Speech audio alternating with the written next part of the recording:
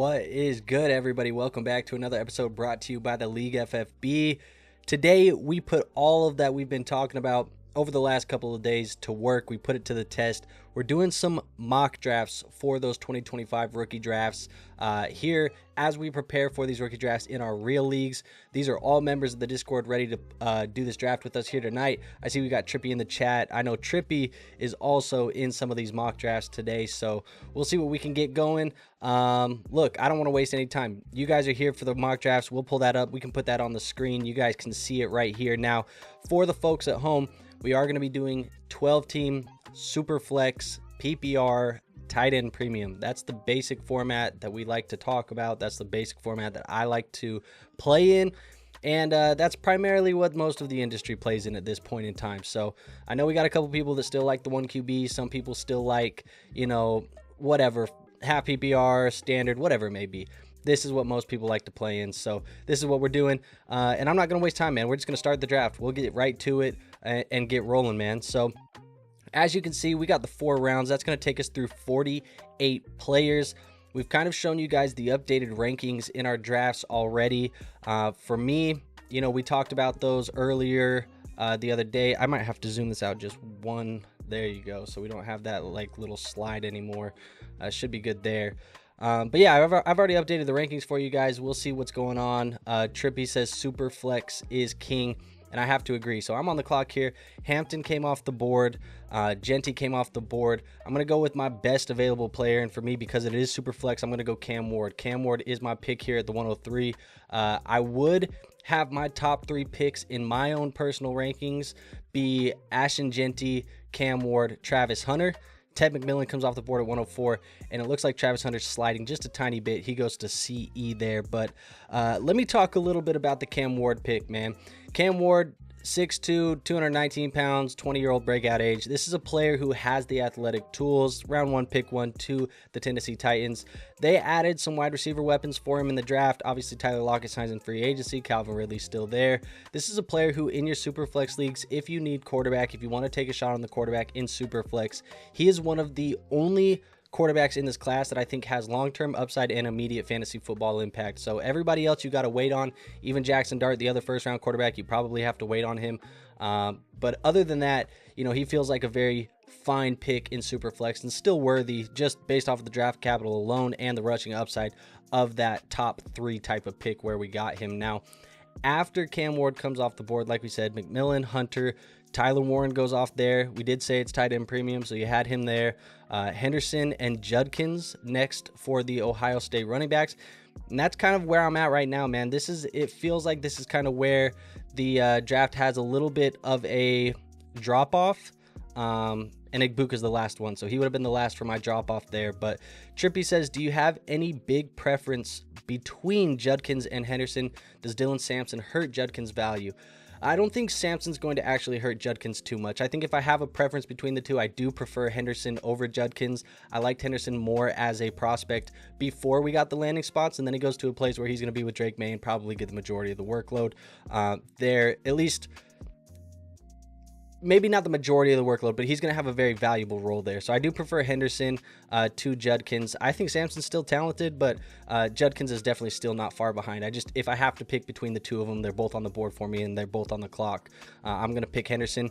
Right now in my rankings, I have Henderson as my RB3. He is the top of tier 3, and Judkins is my RB4, the bottom of tier 3. So that's kind of where I'm at. Aiden says, Burden, Higgins, or Harris. Between those guys, I do have Burden as the highest player in my rankings. He's currently sitting as my wide receiver 5, my 15th player overall. I do have Higgins, my 16th player overall at wide receiver 6, and then I have Trey Harris, 17th. So they're back to back to back, but I would go with Burden as the player there. So Ant's on the board. He goes Dart. We did have Loveland, Caleb Johnson, and Shador Sanders sneak into the first round. I will be honest here. I don't agree with the Sanders going the first round. I think the NFL, the draft capital, told us, you know, how they view him. He's going to have an uphill battle to earn the job. I think he can still earn the job, but I don't agree with the pick there in the first round. I think he's a player that also, Tribby says, should be in the third round. I have him as a third round pick in my rankings as well. So I don't agree with him being in the first. But that does take us here where Burden comes off the board.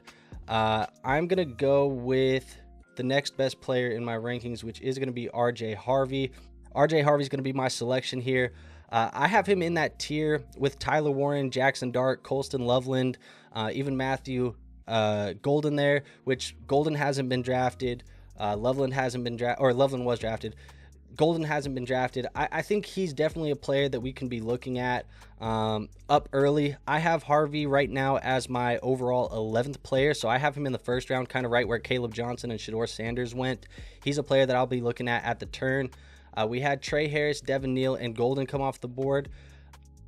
I don't love the Devin Neal pick either, just the 6th round draft capital. I see where the shot can be taken there, but I just don't think that that's necessarily a player worthy this early in drafts. But I think right now what we're seeing from the community is there's a very loose difference. It's very loose right now in rookie drafts. People are not really valuing things the same.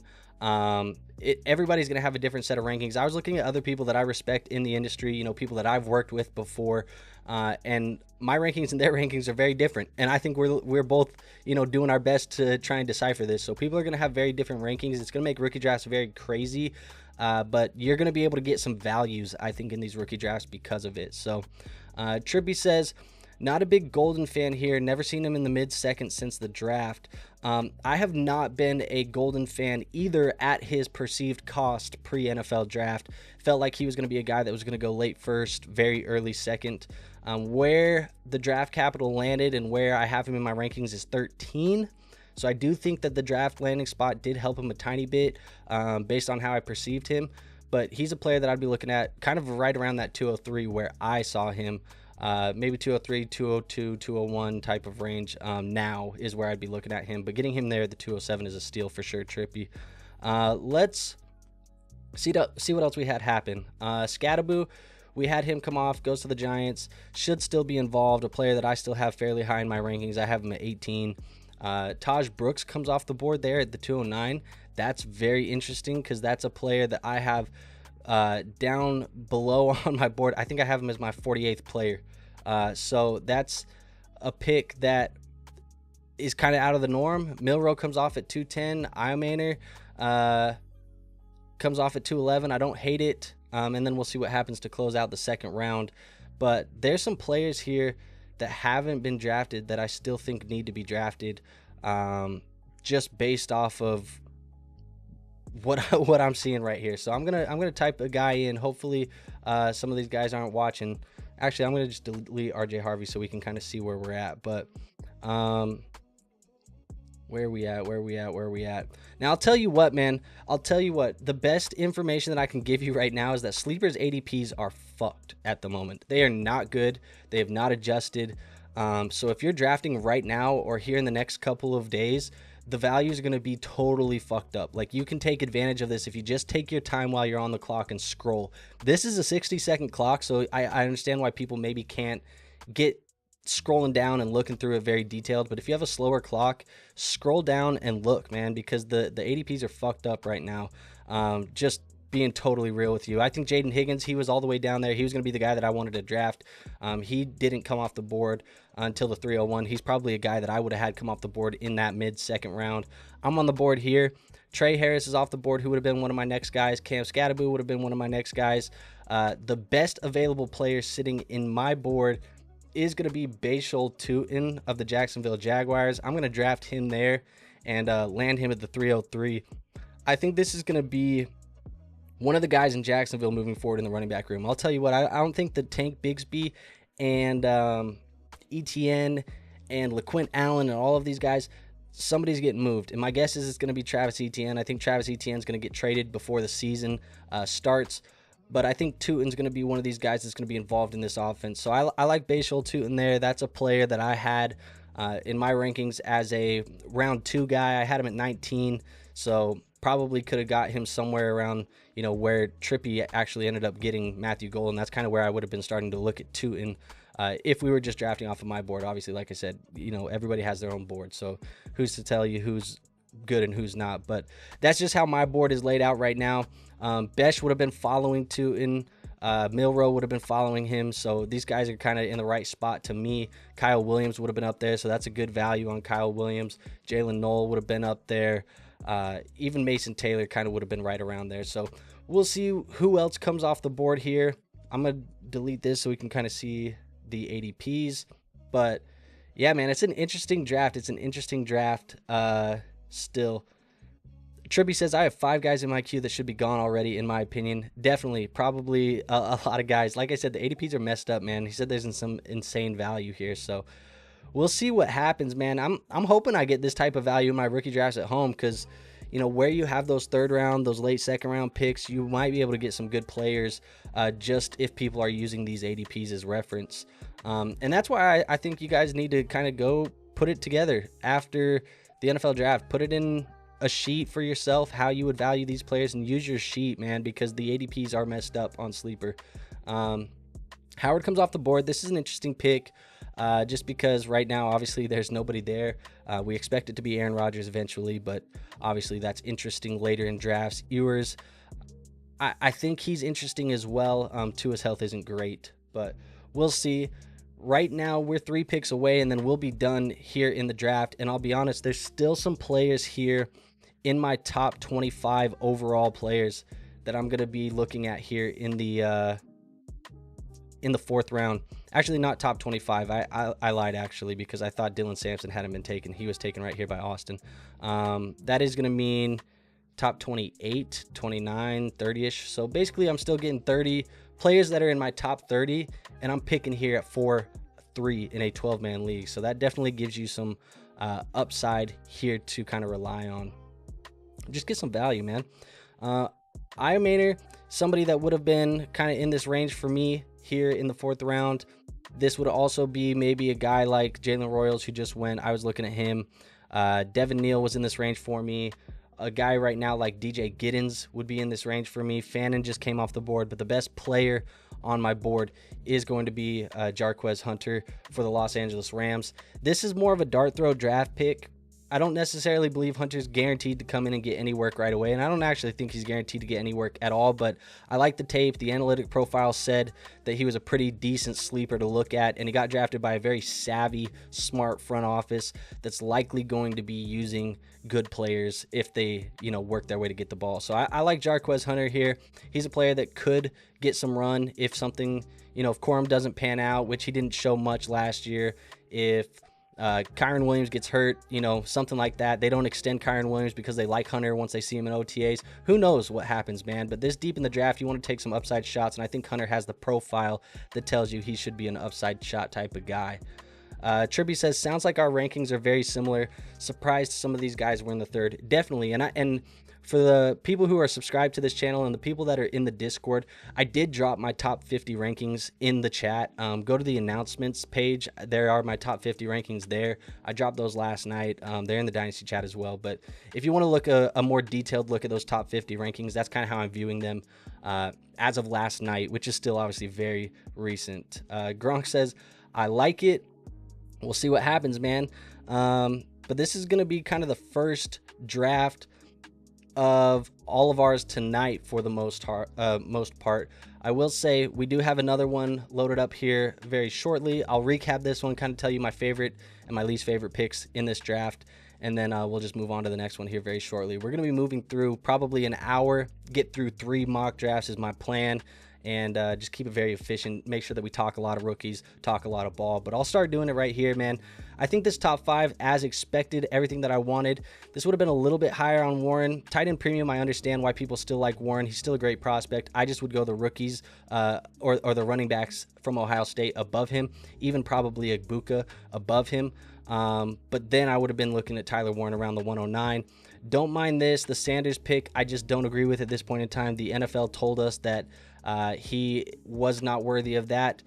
Can he go in and battle and find his way to a starting job? Absolutely. But I saw a stat the other day that Mel Kiper told us, and Mel Kiper was having a meltdown, but Mel Kiper told us that there is 0 out of 42 fifth-round quarterbacks that have found their way to be a starting quarterback in the NFL. Not a great stat if Shedeur Sanders is going to do it. He can still be the first, though, and maybe that's legendary. Dart, like this pick here, feels like good value in Dynasty Leagues, Superflex. You're probably going to get some value insulation here over time. These are good picks. I think the Harvey pick was a great value there, but I'm not just going to talk about mine. Great value pick on Golden here. I think this is a reach on Brooks, in my opinion. Not very interested in drafting Gabriel here either. And what else we got?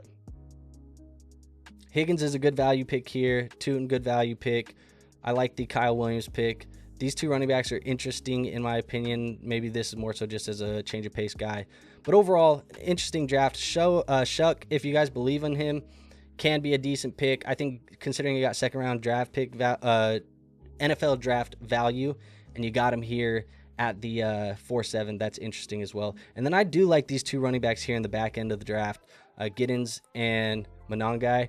I think those guys are definitely interesting as well. Maybe some change of pace committee backs. So overall, pretty solid draft. Maybe just the Sanders and the other picks that I mentioned maybe a little bit high on.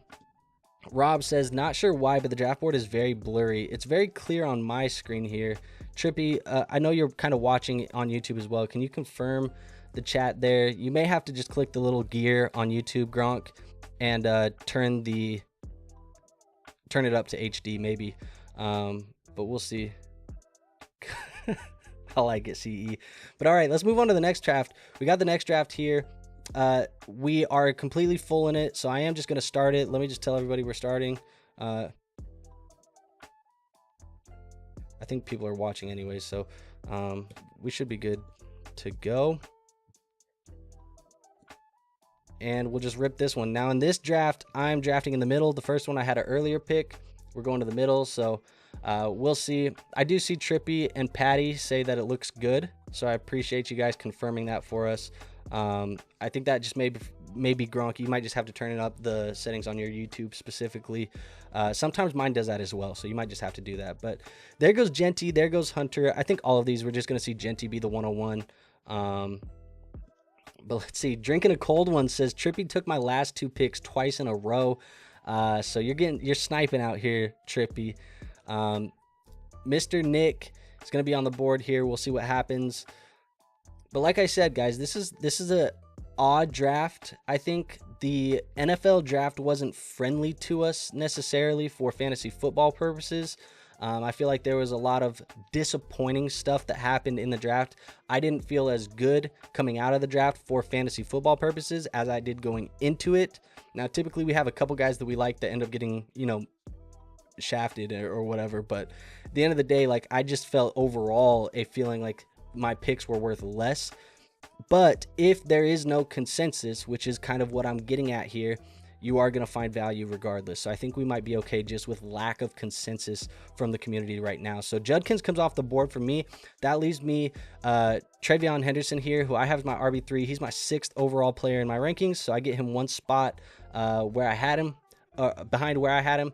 Feels like a decent pick for me. So I'll take Henderson there and move on. Gronk says, Andrew, I have the 101 and the 106. I currently have Bucky, Jacobs, Genty. Thoughts on using Bucky to get the 102, Hampton? If so, how should I go about getting the 102? I think if I were you, I would keep Bucky and I would use that 106 on either McMillan or Judkins or Henderson, and I would just have 2 assets. I don't think the difference between Judkins and Henderson and Hampton is worth the Bucky Irving, so I would just keep it and go from there. So that would be my opinion. And if you need the wide receiver, you can go Tet McMillan because I love Tet. Empress of Tomorrow says, first 2 rounds were so weird. Same amount of tight ends and RBs in a deep running back class. 2 days. Yeah. So I totally agree. I think it feels like the NFL knew there was a lot of running back value, so everybody just waited, which for us doesn't give us a lot of clarity on the running back class overall. Which maybe that's just what we came away with, is not as much clarity as we felt like we could get. I see White Steel's on the clock. Hopefully he doesn't get autoed here, but what can you do? Even if he does. But overall, I think that's mainly the biggest takeaway for me, is we're lacking a little bit of clarity coming away from that NFL draft. We found out, some of the stuff we needed to know, but I think the running backs, especially all the day 3 guys, we just lack some clarity there. So Ibuka at the 110 feels like a pretty good value to me. Still a player that I have in my top 7 players in the draft, so getting Ibuka there is pretty nice. Trippy gets Loveland, who I had there as my 12th overall player, so still a on-brand, solid type of pick. So we'll see what happens. Gronk says 106 plus Tucker Craft for Bowers, or would I have to offer more to get Bowers? You probably have to give up more to get Bowers, but if you can get away with the 106 and Craft and they accept it, I'm all for it. All for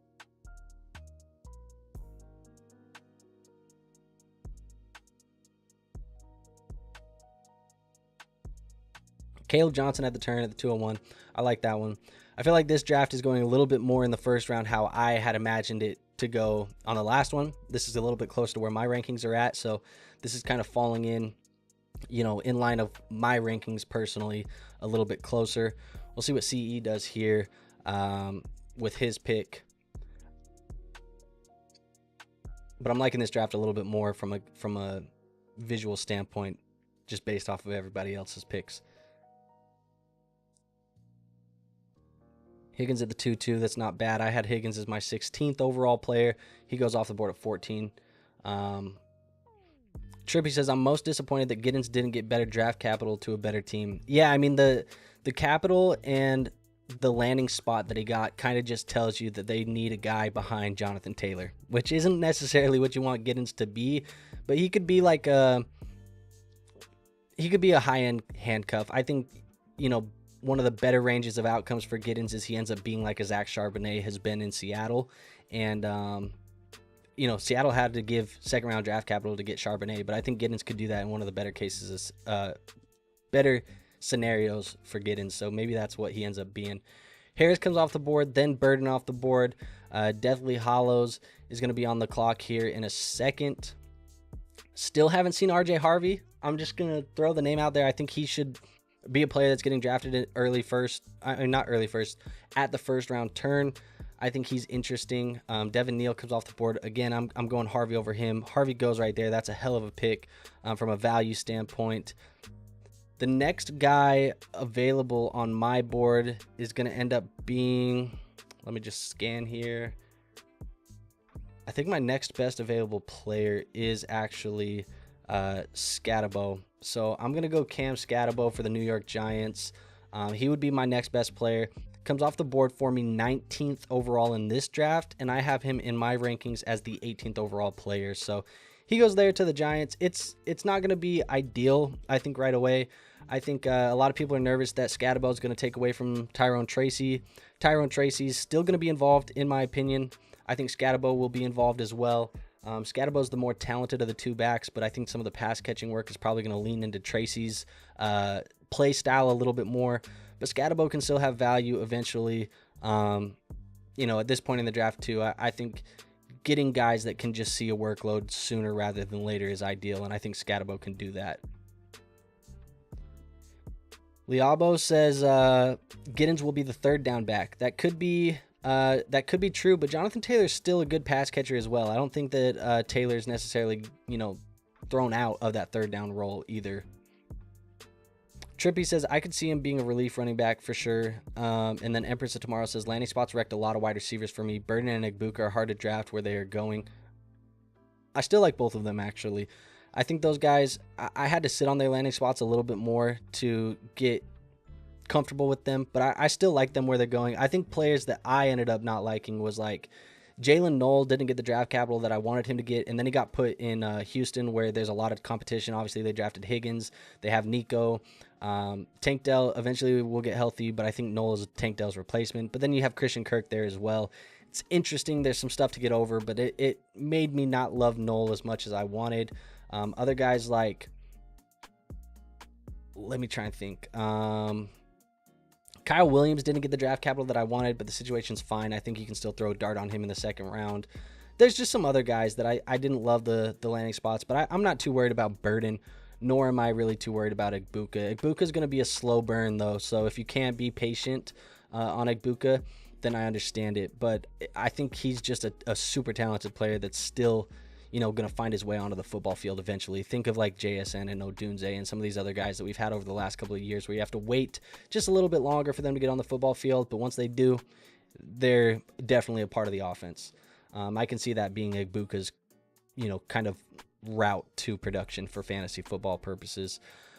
So just looking at the draft board, another player that I drafted in the 3rd round last draft that I think probably needs to be a 2nd round pick is Bashal Tutin. We'll see where he goes. I'm name dropping during the draft here on the stream, but that's just for you guys at home watching. But I think Tutin probably still deserves to be going higher. He's undervalued in drafts right now, it seems like, through our couple of mock drafts that we've done. Gronk says 101 plus 106 or CeeDee Lamb. I think it depends on your roster. If you're ready to compete and you can go right now and you don't need the wide receiver help, I think the combination of Genty plus McMillan and Genty plus Henderson or Genty plus whatever could be beneficial, but obviously CeeDee Lamb's a superstar. So I think if you're ready to compete, you can go right now. And you don't need the wide receiver help. I'm going with the pick package, but it's hard to turn down CeeDee Lamb, I'll be honest. But I think the value might lean on that draft pick side of the deal. I think for rebuilding teams, Egbuka is a great pick at his current ADP. I think so as well. And I think for contending rosters too, like he's a teardrop to me. So like even on a contending roster, I'm okay drafting him just based off of what I think he's going to be. That's a player that I really liked pre-draft. And I think he's in a good offensive situation. Maybe has some target competition obviously in front of him right now, but I think it's a good offensive situation. So we had Tutin come off the board from CE there. We've had Besh come off the board, who would have been after there. Milrow would have been after for me. Kyle Williams came off. So a lot of guys that I would have probably picked here. Next guy up for me is going to be Jalen Knoll. I kind of talked about him. This is more leaning into my pre-draft priors. I liked Knoll a lot as a prospect. He's my 23rd overall player in my rankings as my wide receiver 10 right now. You put him here in Houston, you got to be a little bit patient, I think, because Christian Kirk is there and is probably going to be playing in that slot. But I think you put Nico Collins and Jaden Higgins on the 2 outside wide receiver roles. Christian Kirk's probably there to start this year. Christian Kirk isn't there long term. They only traded a 7th round pick for him.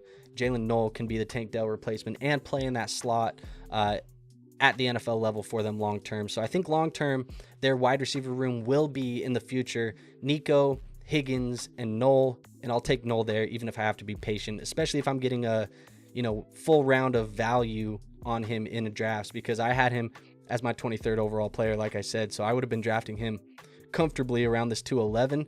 I got him there at the 307. Cole says Dell's injury is probably real bad. It is real bad, man. It's one that we knew he wasn't going to play in 2025. I didn't expect him to play at all this year. I think that's why they made the Christian Kirk injury. But to me, this is the draft pick for if they don't want to commit to Christian Kirk, who's going to want some money, they can just rely on Knoll, who might have a little bit more juice at this point in his career and will be on a rookie contract. So it's good GMing from the Texans, although they still need to get an offensive line figured out. It's good GMing by them right now. So getting Knoll there, I think you're patient with him, but he can still be a producer for you eventually in fantasy. So I'm not too worried about that one. What else have we had here? Jordan James. I don't even know if Jordan James was drafted in our last one. I don't remember talking about him. He's a player that I think is interesting as a dart throw in the late rounds. We did have Shuck and Milrow go a little bit earlier, I think, in this one. Brooks still got him around later there for rookie and the vet. And then we had the 2 tight ends go a little bit earlier as well, Taylor and Arroyo, which I think that's a little bit closer to where they're probably going to go. Gronk says, Andrew, thoughts on Loveland getting drafted before Warren? Yeah, I didn't expect it in the NFL draft. To be honest, I had Warren above Loveland. I don't think it's too crazy, though, because I had Loveland going in my mock drafts, about 14, and I had Tyler Warren going like 7 or 10. So I don't think it's egregious. Overall, I think it's fine. It just tells you the Bears liked him a little bit more. In my rookie drafts, I've seen people want to go Loveland over Warren. I'm still going Warren over Loveland. I think there's less target competition there. Maybe not as good of an offensive situation, but I'm still going Warren over Loveland. It's not as big of a gap as it was before, but yeah, it was a little bit unexpected, but I don't think it was egregious. I think a lot of the online social media types are overreacting a little bit to that pick because some people are calling it like a horrible draft pick. I don't think it was that horrible. I already had him going like 14 and he went 10. It's not that big of a deal. John says, do you do team reviews? Yes, I do. I do them by request. You just have to reach out to me in the Discord, John. So if you're in our Discord, it's just shoot me a DM or something like that, and I can see if I can get some time carved out to do one for you. If you're not in the Discord is free to join. It's going to be linked in the description of this video, so just go check that out and join that. So yeah, I'll do them by request. Empress of Tomorrow says, do I have Neil too low? I have him as player 35, and he's gone in the second both times. I think he went to the same guy, so he might be a little bit higher on him. I'll tell you what, I have Neil as my 31st overall player. So I have him 31, you have him 35. I don't think we're too far off there. Trippy says, gotta head out. Thanks for the drafts. Appreciate you, Trippy. Let's see what we can get you here after this one, but I think you have one more pick. But appreciate you being here, Trippy. Means a lot. No Brashard Smith yet. I'm real high on him with that landing spot. It's easy to get excited about it. I think we need to pay attention, though, to the 7th round draft capital. That's not really a lot to hang your hat on. I think it's somebody that, oftentimes 7th round picks, they just are dart throws in themselves. So I think you can take a 4th round. If you want to take one of your 4th round picks and throw it at him, sure. But I don't think he's a player that you're taking like the 2nd or 3rd rounds of your rookie drafts for the most part, because I can't rely on the landing spot to overpower the draft capital for the most part. Rob says, how long have you played Dynasty and how many chips do you have? Been playing for 4-ish years in about 2 to 3 leagues. My oldest league's about 4 years. But I've won 3 or 4 championships across those leagues in those 4 years. I've added like one every year, so a couple times. But yeah, won a couple. Nothing too crazy. What do we have here? I'm on the clock, and I need to think about making this pick. Sampson, Arroyo's off the board. Sanders is off the board. Royals off the board. I fumbled this one. I'll go Will Howard. I don't even know if he's the next best guy, but I would have had Aya Maynor, which I think he came off the board. Yep, Hunter. Jaquez Hunter would have been my next guy, I think. I fumbled that one, but yeah, Hunter would have been my next pick. I would have taken him here again. So I took him last pick. I just didn't have enough time on the clock. I was too busy answering that question, but yeah, I would have took Hunter there. Hunter, my 30th overall player. I take Will Howard, who I do have in the same tier. He's my 36th overall player, but yeah, I do have Hunter above him. Trippy says, I'll still make this pick. Appreciate you, Trippy.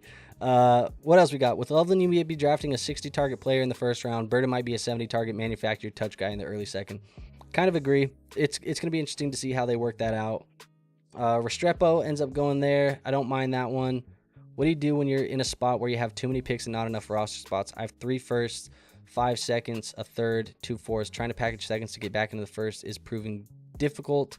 If you've tried to move up, package to move up, then my next thing that I would try to do is send some of this year's picks for next year's picks and try and move up next year. So if you could package a couple of those seconds this year to get a next year's first, that's what I would try and do. It doesn't necessarily have to be this year's draft. So I'd try to go for next year and go from there. If not, you got to make some tough cuts. Rob says, ever take over an orphan team? I have not taken over an orphan team. I've helped people take over orphan teams, but I would say that the advice that I would give you for taking over those orphans is identify the players on there that are cornerstone type of assets to the roster, build around those guys, and everybody else is expendable. Do not hold on to anybody for, if you get the right deal, move off. You can get liquid, being liquid, finding assets that are going to improve over time, and then just flip that. I always would recommend taking an orphan, unless it's already built to contend, take it into a rebuild mode pretty much immediately and identify those cornerstone assets. That's what I'd be doing. So there you have it. That is this draft. We did have Smith come off the board, so there you go. Nash, we didn't see last time. We didn't see Martinez, I didn't think last time. Pat Bryant got him here. Good pick there. But let's go on to the last one. We do have one more draft here. We do need a team to claim. So is there somebody in the chat that wants to claim this team?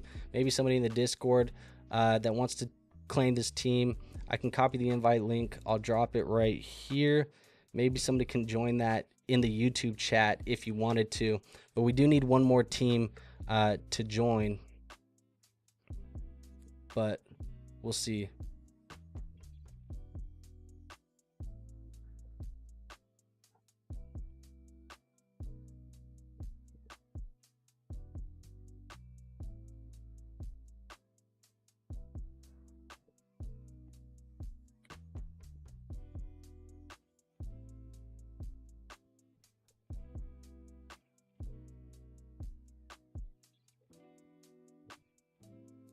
But yeah, I dropped it in the chat. So if you guys are in the chat, you know, throw it in there. And oh, looks like we got a guy. So we're ready to roll anyways. Ready to roll. I'll start the draft and we'll hit this last one for the evening. Can you explain why Dynasty should be played in 3-year windows?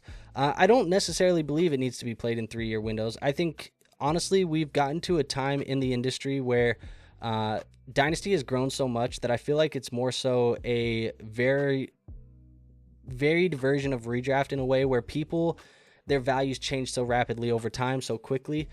So I think 2-year windows is probably a little bit better. I like to look at this year and next year, and looking further than that, I think it's hard to do, especially in the NFL landscape. So I'd say 2-year windows. I like to just make sure that you have a plan. So really when I do explain those windows, it's make sure you have a plan. So when you have a team over the next 2 years, it's competitive, you have some older assets, you're trying to win, you stick to that winning mindset. You try and get, you know, a couple of these older assets, undervalued assets, James Conner types, you know, for those late seconds that you might have, and make sure you stick to your plan of competing. If you're in a 2-year window that you're not super competitive, pick a date, 2027, 2028 maybe is your window of winning, and go there and make sure that that's when you want to try and win games. So basically you're playing that way. Everybody's expendable. You have younger assets, maybe assets like Ibuka in this year's draft where you think you have to be patient on them. Play in that type of window. So that might not have been the best explanation on the spot to explain those windows, but that's kind of how I would do it. And I'd be working in 2 years, not 3 years necessarily. JD says, thoughts on this trade I did earlier. May 27 first and 26 second for Harvey, 27 second, 302 and $26 fab. Harvey is my guy, so felt like I need to go get him. 10-man. May 27 first. May, like Drake May? You traded Drake May, a 27 first and a 2026 second for Harvey. What is the May? Is JD, is the May Drake May?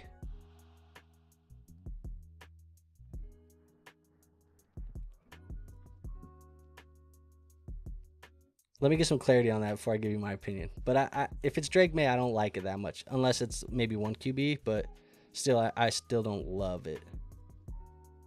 Let me see. My next best pick here. Did Dart come off the board? Judkins, Ibuka. Warren's off the board. I think my next best pick is Dart. I'm going to go Jackson Dart here at the 111. He'd be my selection. Again, I kind of talked about, oh my, okay, that's way different than Drake May. So yeah, okay, all right.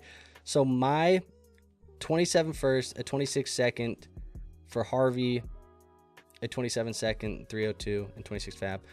I mean, if you're a contending roster, okay, that's fine. I value Harvey as like a late first round asset this year anyways. But I don't love, you know, moving next year's first if you're not a contender or a super strong contender where you can project it to be late. But if you are a strong contender, I understand it.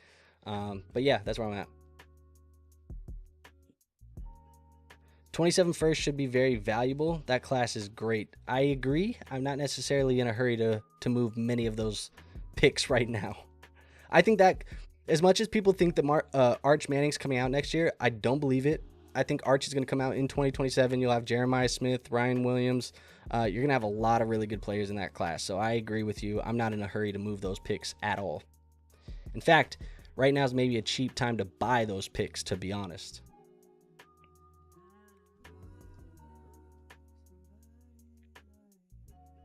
So I was between Dart and Harvey there. It was good to see, Dart come off the board, then Harvey goes. Loveland would have been my next guy. Golden would be somewhere around here. So depending on what Ants does, Golden would have been one of my next guys.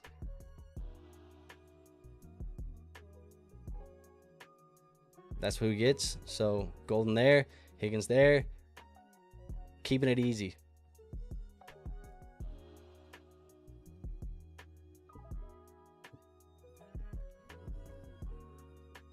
A lot can happen between now and then, but to me right now, it's very much Jeremiah Smith. I think Jeremiah Smith is him, man. He's going to end up being a prospect on the level of like Jamar Chase and Malik Neighbors and Marvin Harrison Jr. and those guys. Like how highly we thought about them when they were coming into the NFL. We're going to think that highly about Jeremiah. So Trey Harris off the board there at the 205. CE says, I'll be honest, I'm what?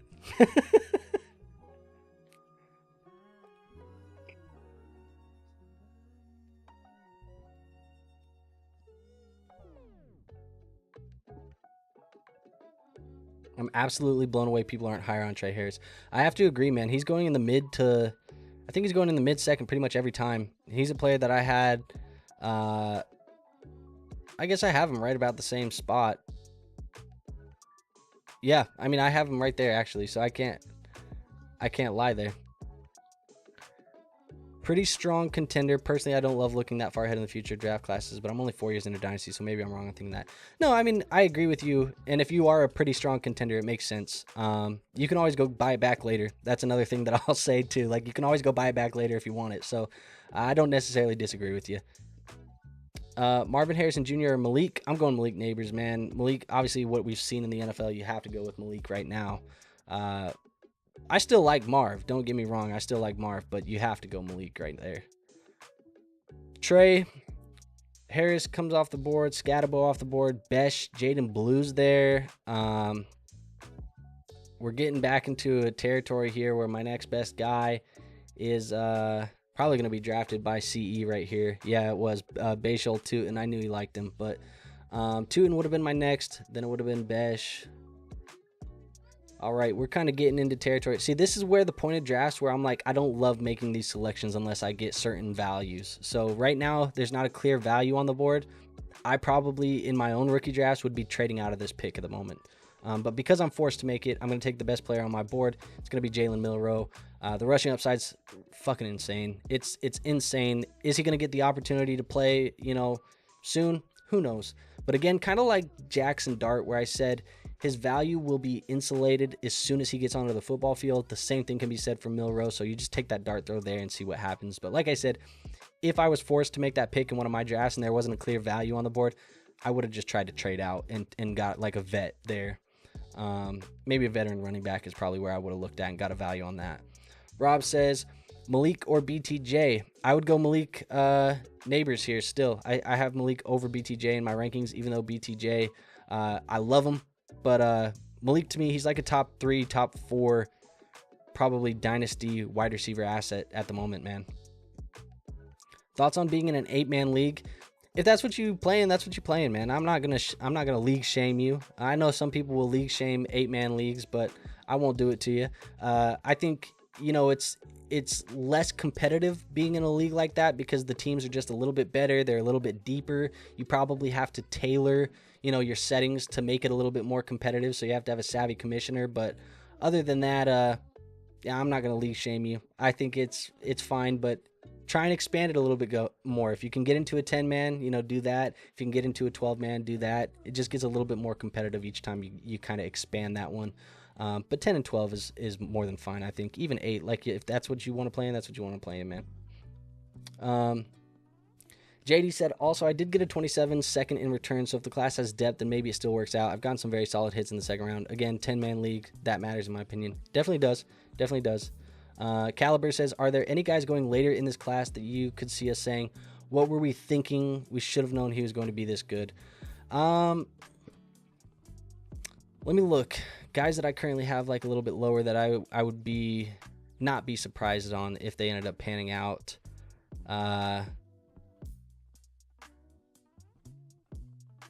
I mean, I think Sanders could be a guy that we all are like, why did we fade that? I think Sanders could be a guy.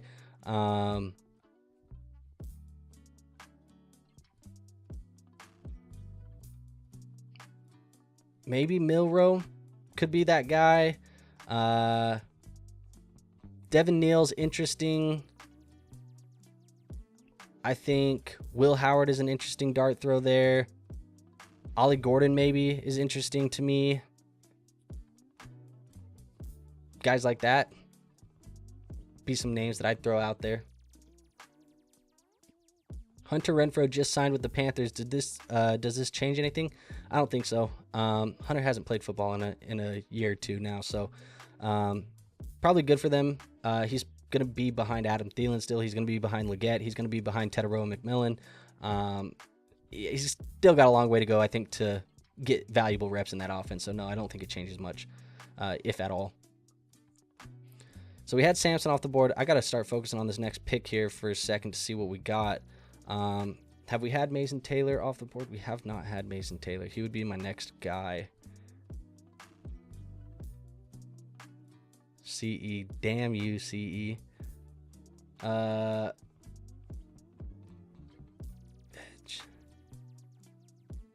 Jack Besh, Jalen Noel, Mason Taylor, Dylan Sampson, Elijah Arroyo, Sanders. Royals would have been next. See, I'd trade out of this one too. I don't like this selection as much as I like the other one. Like, I'm not getting good values in this one. I think, honestly, the best value was a guy that I was taking the fourth round last time. It's going to be Jarquez Hunter. He's going to be the next best guy on the board for me. I just don't like the values that I'm getting in this draft as much as I had the other ones. So this one is one where if this was how it really panned out in my rookie drafts, maybe I'd start moving some of these later picks, man.